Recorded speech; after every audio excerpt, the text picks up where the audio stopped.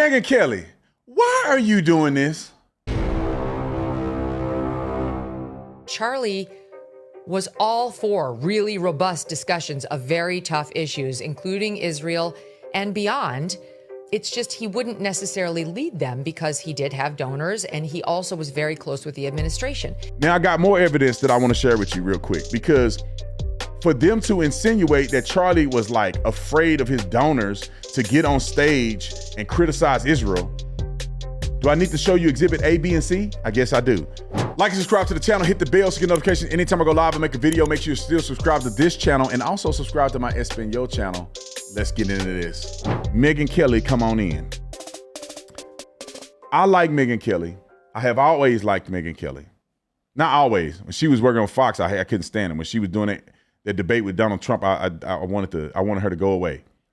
But when she left the mainstream, I like her podcast. I listen to it all the time. I think she have a lot of insightful things to say. But for whatever reason, Megyn Kelly is making a decision to side on foolery on some of these topics. I mean, absolutely foolery. I don't know why these people have a vested interest in recreating Charlie Kirk's belief systems. They're obsessed with he can't speak for himself. Can y'all let his wife talk for him? If Erica wanted the world to know that Charlie was abandoning Israel or something, I think his wife has the right to say it and prove it. Everybody else that's talking is speculating. And if Erica's not speculating, why are y'all speculating? And it's not that he changed his beliefs on anything other than Israel. Why are y'all so obsessed with Israel? People like me wouldn't even be talking about Israel if it wasn't for people lying and being weird about Israel every day. Let me ask you something. Have you ever Googled your own name? Do it sometime. You'll be shocked how much of your private information is out there, your address, your phone number, and even your family details. And here's the crazy part. Data brokers and random websites are selling your information without your consent. That's where Incogni comes in. Incogni tracks down and removes your personal data from hundreds of data broker sites, the ones that collect, sell, and repost your information for profit. And now with Incogni's custom data removal, you can maximize your online privacy. That means if you find your personal information on any site, you can just send Incogni the link and their privacy experts will handle the rest. It's really that simple. Remember, a VPN protects your data going out, but Incogni removes what already is out there. And they can't harm you if they can't find you. This isn't some shady privacy gimmick. Incogni's custom data removal process was verified by Deloitte, proving they actually get results. Take your personal data back with Incogni. Use code Tatum and get 60% off an annual plan at incogni.com/Tatum. That's incogni.com/Tatum. Protect your privacy today. So Megyn Kelly has decided on this topic to take the side of the people that have momentum right now. She will not criticize Tucker Carlson for the asinine things that he's done. She should be all over him with that stupid interview and all the other interviews that he's done. You can like a person and call them out. I like Megyn Kelly, but I gotta say something about this. And siding when she refused to say anything about others. There's a difference between not want to name people and call them out, because really it's not about the person, it's about what they're doing.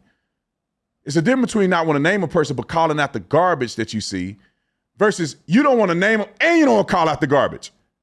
Y'all remember when Netanyahu, that letter that Charlie wrote to Netanyahu came out and people had been lying about the context of it?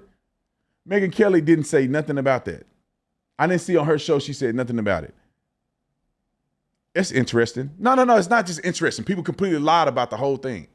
All right, let's get to the Megyn Kelly show. So Megyn Kelly goes on to insinuate, in my personal opinion, of this new conversion story of Charlie Kirk and how he was backstage as if he was telling Tucker Carlson, go for it, bro.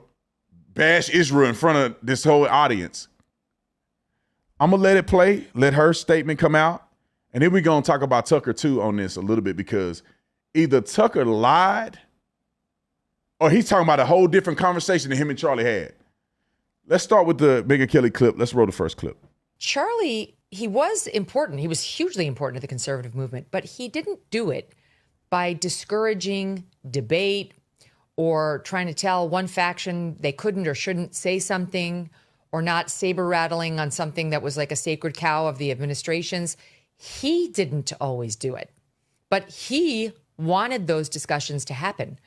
I don't think Charlie would be upset about the debate that's generally happening between, say, Tucker and Ben Shapiro right now in Israel. He would not like how nasty it's getting.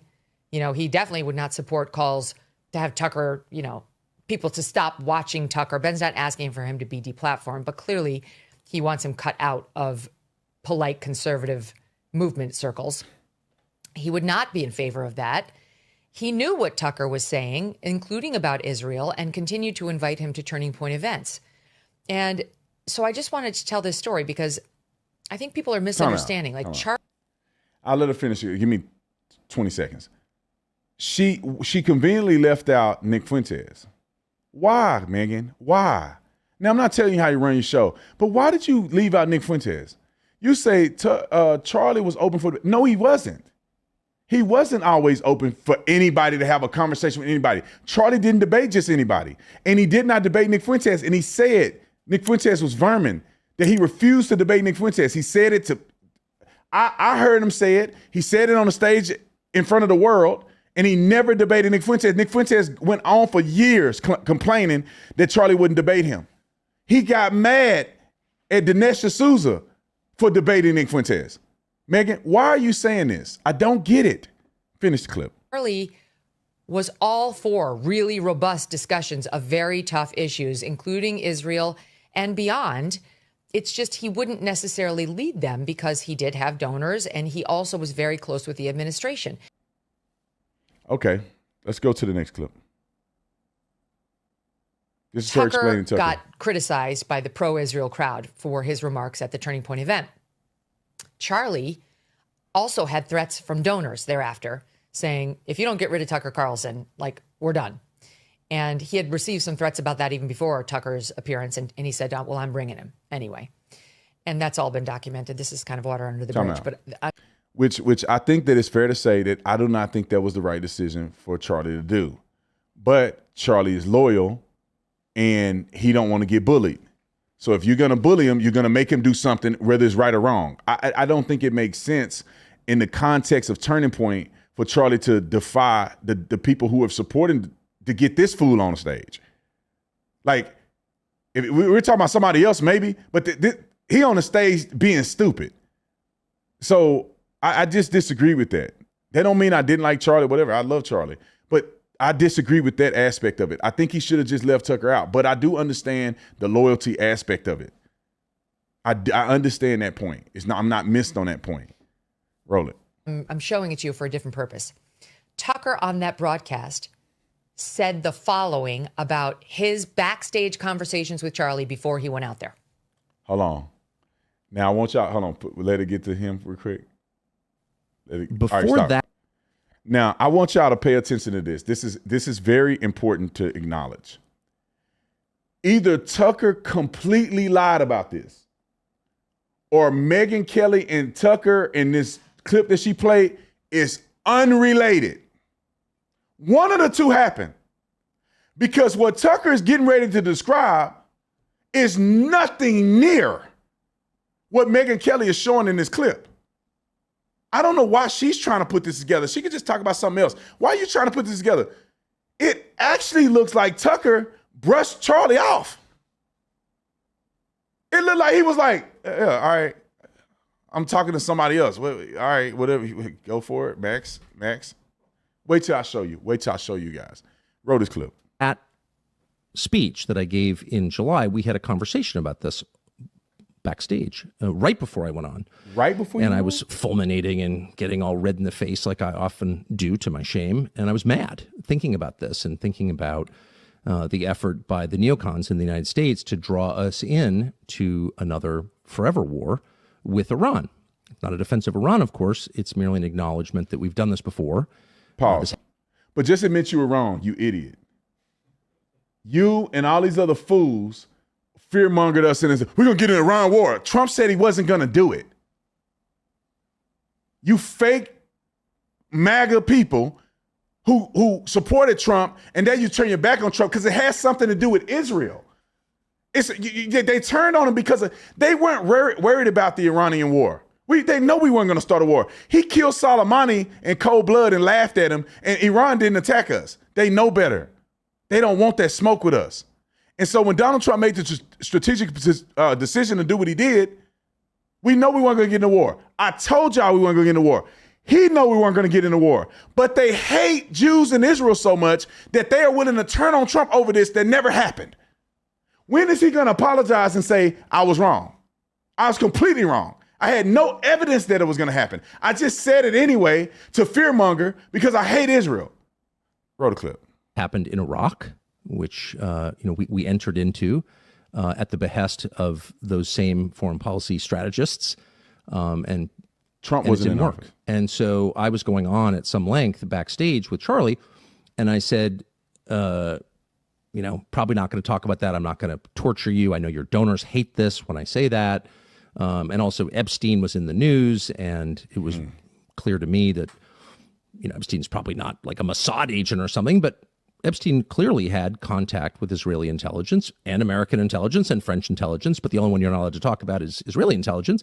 But it seemed true to me, and I had done some work on that. I knew a bunch of people pretty close to that story, so I thought that. And I said that to Charlie, and I said, but I'm not going to say that because I don't want to make your donors mad. I know it's just going to be like an endless flurry of text telling you to stop or you're going to lose a bunch of funding. And he looked at me, I'll never forget it, and said, go all the way.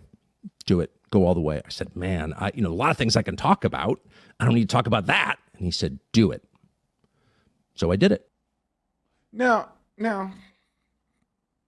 maybe I'm retarded, but this is he said, I'm back there fuming.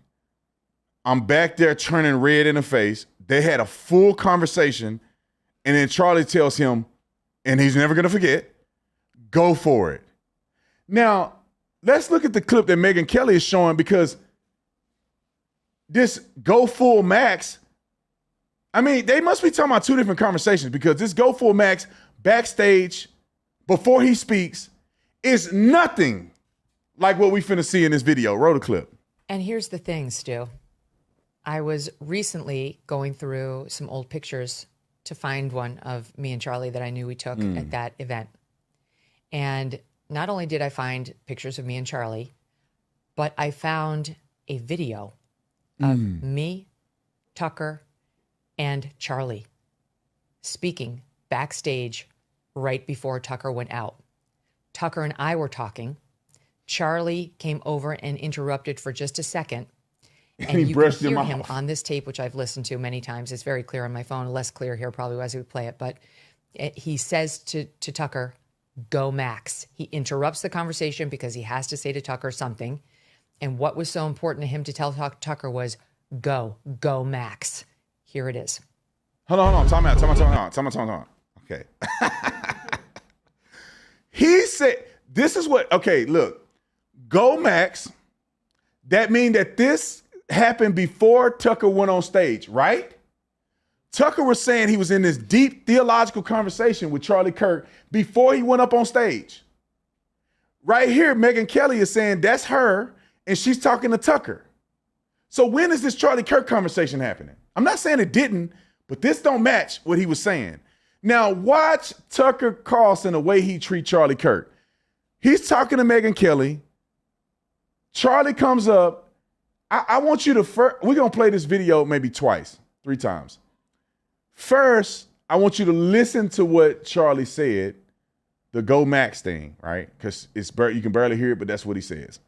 And then I want you to watch it again the second time, and I want you to just watch Tucker's expression with Charlie. Roll the clip.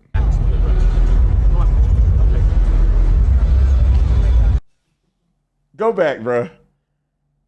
It's like he didn't even, when you talk to somebody, you like when Charlie, and I got to tell y'all this, Charlie said something to me backstage very similar to this. Let's play it again. Just watch Tucker's reaction. Can you make it full screen? That picture? Because I want y'all to see this.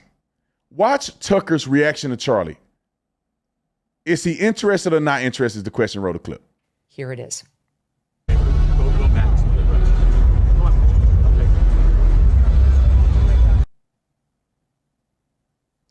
It's quick. It's just happened. Whoa! He said, go Max. You know what I saw in that video? Go back one more time. This is what I saw in that video.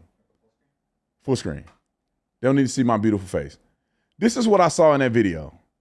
I saw that Charlie wanted to have it. Stop, pause here.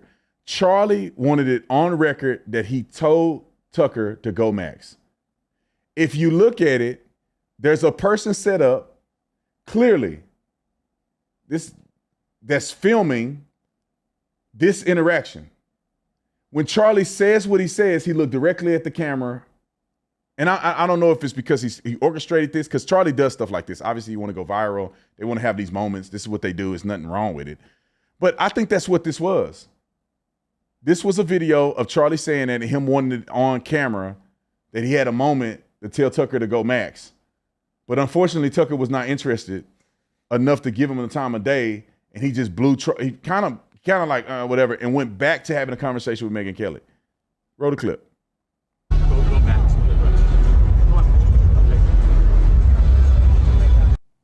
It's like he kind of wanted more of a conversation, didn't it? It's like he said go Max, and he kind of stood there and was like, am I going to talk to Megyn Kelly and all that? And then Tucker just turned and didn't even pay attention to him, to be honest. He kind of blew him off. Now, why do I bring this up? Because I think Megyn Kelly is insinuating something, because she has to be on this side of it. She can't be on the Ben Shapiro side, because that's not where the momentum is at.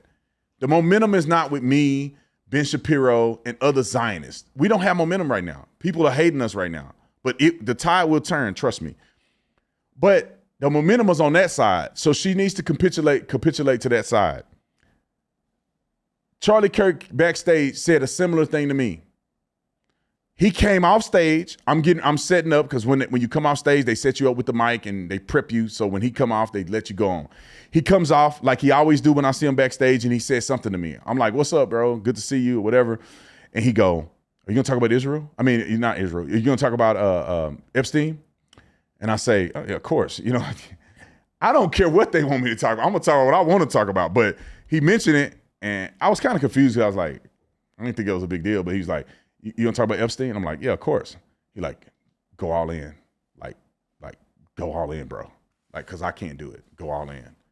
And the way, and I didn't think none of it, obviously, until he dies, and then everybody's making this stuff up about his death. And the way I took it in the moment was that it was obviously the biggest controversy at the time was Epstein. The fact they was bullcorning around with the file. Donald Trump was being weird about it. He was doing all this old crazy stuff, blaming Republicans, saying, you ain't a Republican if you care about this stuff. And after all the administration was putting out fake binders and all kind of stuff. So people were pissed, man. I was too. That's one of the things I disagree with Trump, the way he handled the Epstein files. I disagree with him. I think he messed up in that area. That's why all this stuff is going on. But that's what I took Charlie to represent, was that I can't get out there and blast Epstein, because I got all of this. I got Trump administration, who I'm close to. I got Don Jr., all these people I'm friends with. And so I don't want to get out there and blast this topic and make Donald Trump look bad. Personally, me, I don't care. I'm not trying to make you look bad. I got to tell it like it is, because Trump don't care about telling like it is either. So neither am I. I don't care. So I get out there and say my thing or whatever. We come on stage. Hey, Tatum, you killed it. All this other stuff. So why are they trying to make it bigger than what it really was? Why is this push? Why don't she just call Erica? Why can't? Matter of fact, I might talk to Erica. I haven't been trying to say nothing to Erica about this. Her husband's dead.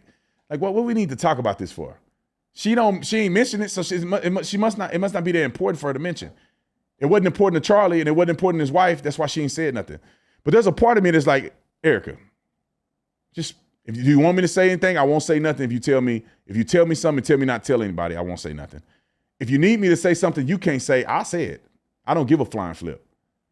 I want to know, like, what do you think about this stuff that they're doing? Why are they characterizing Charlie as a certain way? Now I got more evidence that I want to share with you real quick, because for them to insinuate that Charlie was like afraid of his donors to get on stage and criticize Israel, do I need to show you exhibit A, B, and C? I guess I do. Come on, pull up that clip. Clip 104. This is Charlie at the Patrick Bet-David on the Patrick Bet-David podcast. Now you tell me, does Charlie seem like he does seem a little hesitant, but he said it anyway.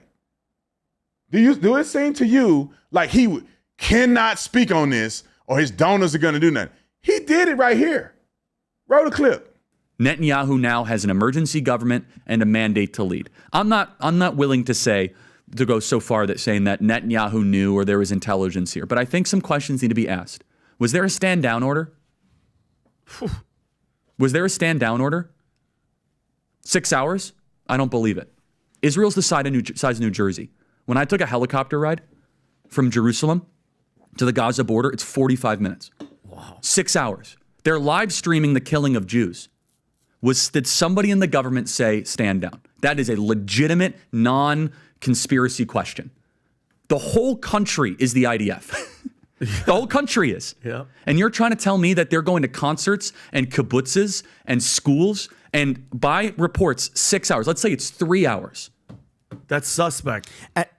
Go ahead, Rob. It's also not like a right-wing reporting. This is from the New York Times. The long wait for help. So openly, he's criticizing Israel. I knew Charlie. Now I wasn't talking to him like right before he died. So I don't really know what he was thinking about it at the time. I do know that he was with Josh Hammer and a rabbi who messaged me, and they were on a text thread with him, prepping him to defend Israel at UVU the day before he went there. So clearly he hadn't abandoned Israel. Openly criticized. I think that's a good question to ask. I think there's answers to that question. Interview people in the IDF. I interviewed a guy at Pastor Alan Jackson's church who was a colonel in the IDF, and he had made mention that he do not believe that it was a stand-down order. What happened, it was way more complicated than they thought it was, right?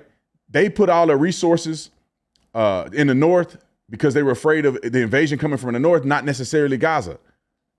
Then they had a special holiday, Rosh Hashanah, I think, a special holiday, and it was Shabbat. So they got their pants all the way down before this attack happened. And the colonel was saying that they came over, it was an alert went out that it was a terrorist attack, but they didn't realize the scale of it. They thought it was a couple terrorists that came over and they were combated by the police force and other people in the kibbutz. It was a fight going on. He didn't think it was that many people. They thought it was a small incursion. They didn't realize it was 7,000 terrorists. You know how crazy that is? I want y'all to put this in perspective real quick and I'll get to some more evidence. Do you know how crazy 7,000 terrorists are? A guy goes on a Virginia Tech campus with a handgun and killed 32 people. One person. We have seen active shooters and all of this. You got the guy in Vegas that killed 50 people. You got the Pulse nightclub, the guy killed, 50, 60 people in there. Pulse nightclub, one shooter, one club. Imagine 7,000 terrorists. America, I hope that the guy that never happens, our equipment and stuff is a little better. We don't have Rosh Hashanah and all this other stuff. So we kind of on alert, and everybody got a gun. In Israel, everybody don't have a gun. Just because they serve in the IDF, they're no longer in the IDF, and they may not be carrying a gun. And this is at the kibbutz, too. So these people don't even have a gun on them. They have guns stored in these places, and they're kind of like the liberals. They love the Palestinian people. That's why they came and killed them. They invited them to their house. They advocated for the Palestinian people, and look who they killed first. Okay. But anyway, they got overwhelmed. And the IDF guy said it was like 12 hours before they can get it under control. You put that stuff in perspective, the damage that one active shooter can do in America, imagine 7,000, we would have trouble combating that level of force. So anyway, let's go to the next two. 105. This is just Charlie Kirk also saying negative things about Israel on camera. Roll the clip. But the fact is now Bibi and the Israeli hard right government has a mandate. I got to be careful the way I say this. they're going to try to ethnically cleanse Gaza. Yep. I mean, I don't use that term lightly, okay? They're talking about basically removing 2.5 million people from there, okay? And honestly, they have a mandate to go seek justice and revenge. They do. This idea that they need to have a truce or a peace treaty, that's morally crap after you see women and children be burned alive and dragged to the streets. But there are some serious questions here, Patrick. And let me tell you, my pattern recognition over the last 5 years has become pretty sharp. COVID, Maui fires, Epstein. When I see a story and it doesn't click, our guts are usually right. All right, so openly on Patrick Bet-David, he said that. And you telling me now here's the thing I want people to understand, and then I'm gonna bring in one more clip. Charlie Kirk is very clear that he began to question the Israeli government. I know it, you should know it, everybody around him knows it. That does not mean that he turned on Israel and his Zionist perspective of Israel's right to exist. His frustration was with the government, not the existence of Israel. People say he changed. No, he became more critical of the government. He wrote a whole letter to Benjamin Netanyahu of his criticism constructively. So there's no question that Charlie Kirk became more critical of the Israeli government. Charlie Kirk was on a podcast. I mean, he was on a stage the other day saying that he disagreed with the government of Israel. He disagreed with the fact that they are pushing LGBTQ and all this other crazy stuff. He disagreed with that. But he would never change his belief that Israel has a right to exist as a Zionist. He said it on camera. I'm going to find the clip. Let's get the last clip in, 106. Roll it. And Jewish donors, they have a lot of explaining to do, a lot of decoupling to do, because Jewish donors have been the number one funding mechanism of radical, open border, neoliberal, quasi-Marxist policies, cultural institutions, and nonprofits. This is a beast created by secular Jews. And now it's coming for Jews, and they're like, what on earth happened? And it's not just the colleges. It's the nonprofits, it's the movies, it's Hollywood, it's all of it. It's like time for you guys to wake up and say no more, draw a line in the sand. I don't care if you hate me. Now look, I agree with him 1,000%. Anybody with a brainstem can criticize secular Jews and understand that every Jew ain't the same. You should criticize secular Jews. Secular Jews are just as ignorant as black folks. Black people still vote for these Democrats, ain't done nothing. Secular Jews out there voting for Mamdani. Am I going to get canceled now? Because I'm saying, no, you don't get canceled for being rational. You get canceled for lying and pushing conspiracy theories. But Charlie Kirk said it openly, didn't he? On his show, in front of the world. And you telling me on stage, he's telling Tucker, go Max. Like he can't say anything. He said it. Charlie Kirk was openly critical of Israel, the government. Come on, bruh.